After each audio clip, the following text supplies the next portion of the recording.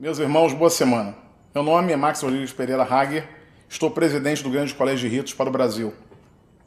Em dezembro último, nós tivemos uma aparição no Senado Federal, onde fomos recebidos em comemoração aos 180 anos do Grande Colégio de Ritos para o Brasil, fundado em solo pátrio. Durante décadas, o Grande Colégio de Ritos esteve desabilitado, não funcionava, e exemplo do Grande Colégio Americano, nós só erguemos no Brasil. A partir de então, uma série de aleivosias, ataques e mentiras tentaram sobrepujar o nosso trabalho, levando ao descrédito, única e exclusivamente, pela nossa opção por um novo rumo para a maçonaria brasileira. Apesar de ser uma predileção minha, nós não usamos a instituição com essa finalidade, porém alguns, digamos, carregadores de pastas, pessoas que não estão acostumadas a um ambiente democrático, tentaram, confundindo os irmãos, mentindo, trazendo algumas inverdades. Não judeu, filho de empregado, as maiores baixarias possíveis. E as trevas nós só conseguimos combater com a luz.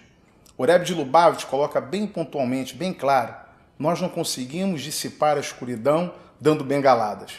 Basta uma pequena centelha de luz, uma pequena vela, é bastante para dissipar toda a escuridão. A parte mais escura da noite é que antecede o dia. E esse dia está bem próximo de raiar, meus irmãos. Nosso objetivo aqui é tentar levar aqueles irmãos que não conhecem uma sinagoga, nunca estiveram dentro de uma, para questão de segurança, dificuldade de adentrar uma sinagoga, é conhecer um Sefer Torah, um ambiente religioso sem muita pompa, que o judaísmo não tem essa vertente de utilizar a imagem, nada disso, ou seja, é uma coisa bem clássica, bem tradicional das nossas tradições judaicas, mas nós queremos levar aos irmãos que não têm chance de vir conhecer um ambiente como esse, pela nossa segurança, pelos nossos cuidados, o que é uma sinagoga. Então, aproveitando todos esses ataques, nós tentamos converter isso daí em que? Numa resposta saudável, sadia, inteligente, levando aos irmãos um conhecimento de Salomão. Nós temos o trono de Salomão, mas nós esquecemos qual foi o legado que Davi legou a Salomão. E é em cima disso que eu gostaria de pontuar com os irmãos, pegando um Sefer Torah e mostrando alguns pontos fundamentais da tradição judaica. Estamos de frente ao Aron HaKodesh. Aqui nós temos uma Bimá. O Aron HaKodesh, ele guarda o Sifrei Torah, todos os pergaminhos do livro mais importante que nós temos na nossa tradição, que fundamenta todo o conhecimento, toda a sabedoria judaica em milênios.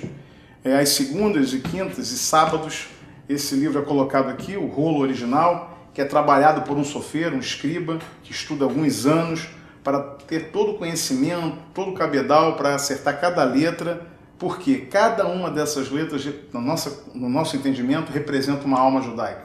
Se uma letra está inválida, todo o Sefer Torah ele é inválido, porque cada um é importante um para o outro. Então, para nós, toda essa sabedoria condensada no livro, se basta uma letra, uma pequena perfuração, mal escrita, às vezes por causa do calor derretida, leva a cabo todo o Sefer Torah. Nós não podemos, até que seja reparado, usá-lo. Então, vou dar uma introito a vocês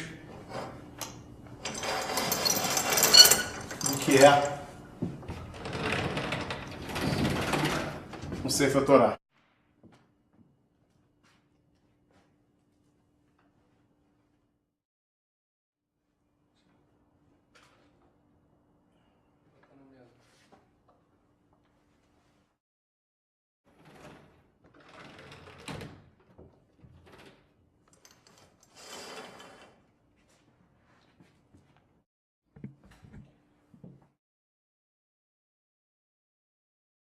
Para falar sobre Salomão, meus irmãos, nós precisamos buscar as origens de Salomão.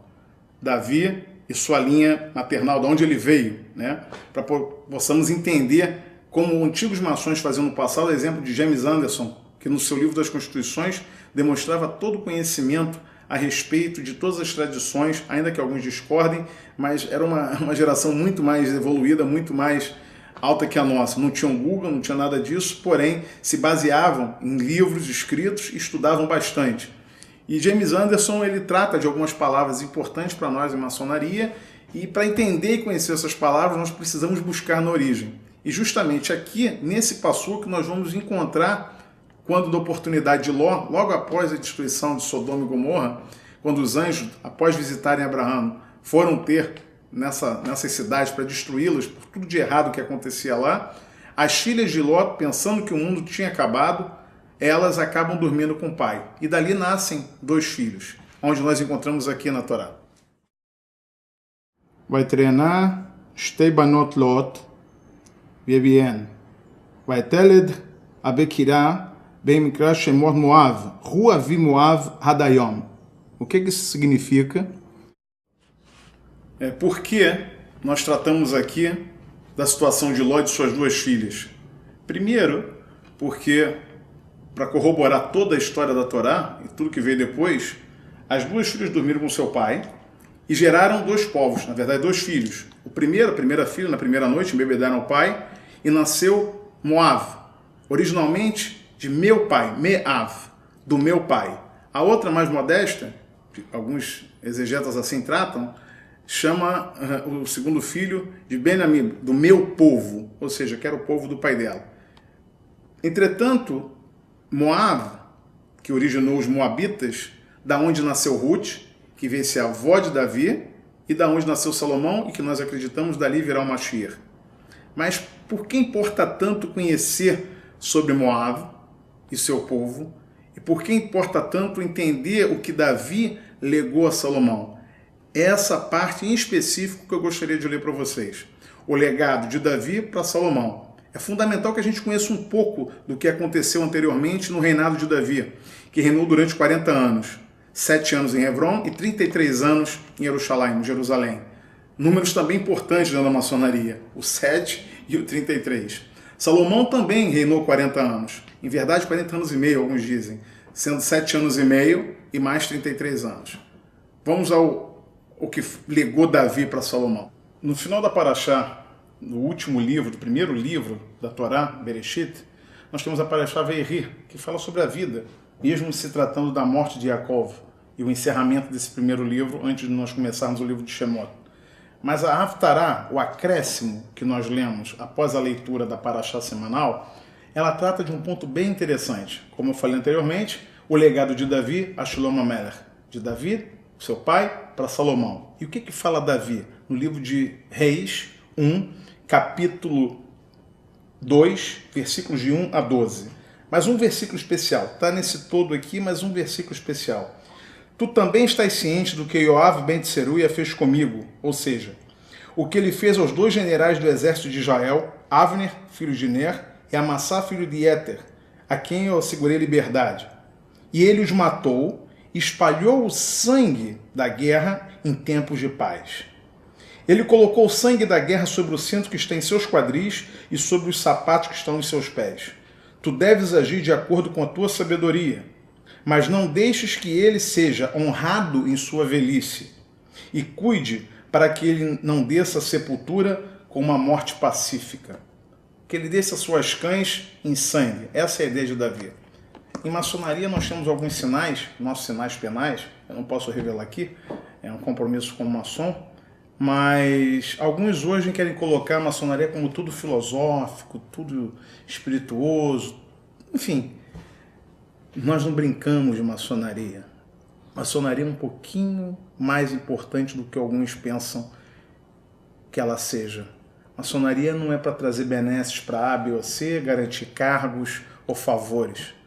Nós temos compromissos, como é falado na nossa iniciação, pelo menos no rito escocês antigo e aceito, o mais tradicional dos ritos, na minha opinião, não desmerecendo nenhum outro, aonde, quando o iniciando está para romper o portal da iniciação, quando ele ainda é um recipiendário, ele é avisado dos grandes compromissos que nós temos para com a ordem.